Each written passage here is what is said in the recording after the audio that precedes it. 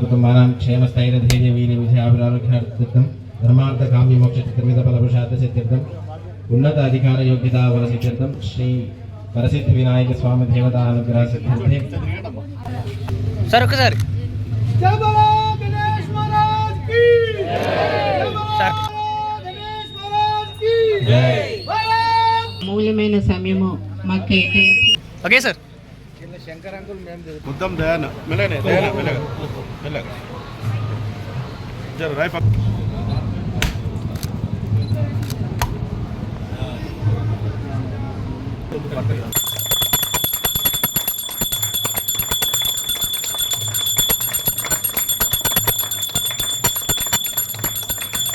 Revenue ఈ 3 కాలనీల ప్రజలకి శుభాకాంక్షలు. కిషన్ రెడ్డి లాంటి మహనీయులు ఈ హైదరాబాద్ నగరంలో లడ్డూ వేలం పాటలో పాల్గొంటున్నారు. ఒక దగ్గర మనం ఒక కాలనీకి పోతే లడ్డూ వేలం పాటలో 11 లక్షల రూపాయలు పాడిండు ఆయన. 11 లక్షలు. నేను అనుకున్నా ఇన్ని కోట్ల రూపాయలు హైదరాబాద్లో ఖర్చు పెడుతున్నారు, ఇన్ని మండపాలు వెలుస్తూ ఉన్నాయి, లక్షల మందికి అన్నదాన కార్యక్రమాలు చేపడతా ఉన్నారు, ఎట్లా సాధ్యమవుతుందని చెప్పి నేను అనుకున్నా. కానీ ఇట్లాంటి దాంతో కొంత ఫుల్ఫిల్ అవుతున్నట్టుగా భావిస్తున్నా. వారికి విఘ్నాలు తొలగిపోవాలని, మనం చల్లగా ఉండేటువంటి భాగ్యం కలగాలని మనస్ఫూర్తిగా కోరుకుంటున్నాను.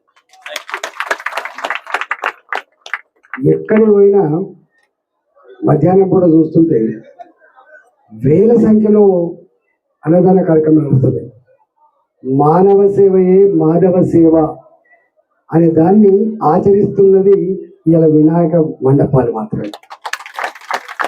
మనం ఇక్కడ పొంగిలే వేసిన ప్రతి పైసా, లడ్డు రూపంలో వచ్చే ప్రతి పైసా, దాతలు ఇచ్చే ప్రతి పైసా ఇవాళ దీనికి ఖర్చు ఎంతనో కానీ తెలియదు, కానీ అన్నదానానికి మాత్రం మంచి అన్నం తిని మీకు ఆశీర్వాదం చెదిపోతాడు.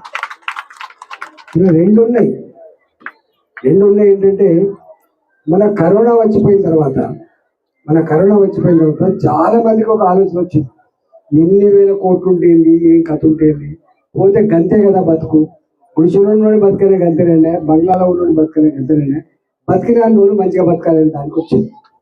అందుకని డబ్బుల మీద మోజు కంటే కూడా, ఆస్తుల మీద అంతస్తుల మీద మోజు కంటే కూడా ప్రజలకు కలిసిమెలిసి ఉండేటువంటి దాని మీద మోజు ఎక్కువ పెరిగింది. దానికి తార్కాణమే ఇవాళ గణేష్ మండపాలలో ఇంత పెద్ద ఎత్తున వస్తాం. మనం గర్వపడే అంశం మరి మీకు తెలుసో తెలియదు, మన పండుగలు మన విశ్వాసాలు అమెరికాలో కూడా ఆచరిస్తున్నారు. తెలంగాణ గడ్డ బిడ్డలుగా పుట్టిన వాళ్ళు అమెరికాలో ఉన్నా, వాళ్ళు లండన్లో ఉన్నా, మన గణపతి, మన బతుకమ్మ, మన దసరా ఉత్సవాలు కూడా జరుపుకుంటున్నారు. అక్కడ ప్రజానికానికి ఆశ్చర్యమవుతున్నారు, ఏంది మీరు క్యాయ్ గల్ఫ్ కంట్రీస్లో వాట్ ఇస్ దిస్ ఇదే కదా మా గొప్పతనం.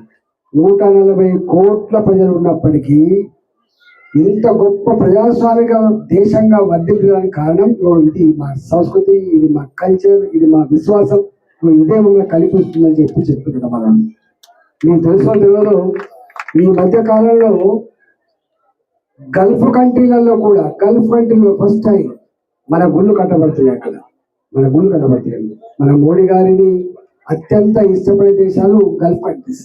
చాలా మంది అనుకుంటే మోడీ గారు ముస్లిం వ్యతిరేకం, మోడీ గారు ఇస్లాం వ్యతిరేకంలో అత్యంత గౌరవప్రదమైనటువంటి సన్మానాలు ఇచ్చి ఇవాళ మన గుళ్ళకు అక్కడ భూములు ఇచ్చి కట్టిస్తున్నటువంటి దేశాలు గల్ఫ్ కంట్రీస్ మోడీ గారు వచ్చిన తర్వాత. కాబట్టి ఇవాళ ప్రజలకి మన విశ్వాసం, మన ధర్మం, మన సనాతన ధర్మం మన పిల్లలకు కూడా ఇంత కట్టబెట్టే ప్రయత్నం చేస్తున్నాం. మనం ఇంత గొప్పగా కలిసి ఉండడానికి ఏ విశ్వాసంతో కారణమైనయో ఆ విశ్వాసాన్ని పిల్లలకి మనం వారసత్వంగా ఇవ్వబోతున్నాం. మనం ఇప్పటికే మీరు చూస్తున్నారు, మీకున్న కమిట్మెంట్ మన పిల్లలు లేకుండా పోయింది.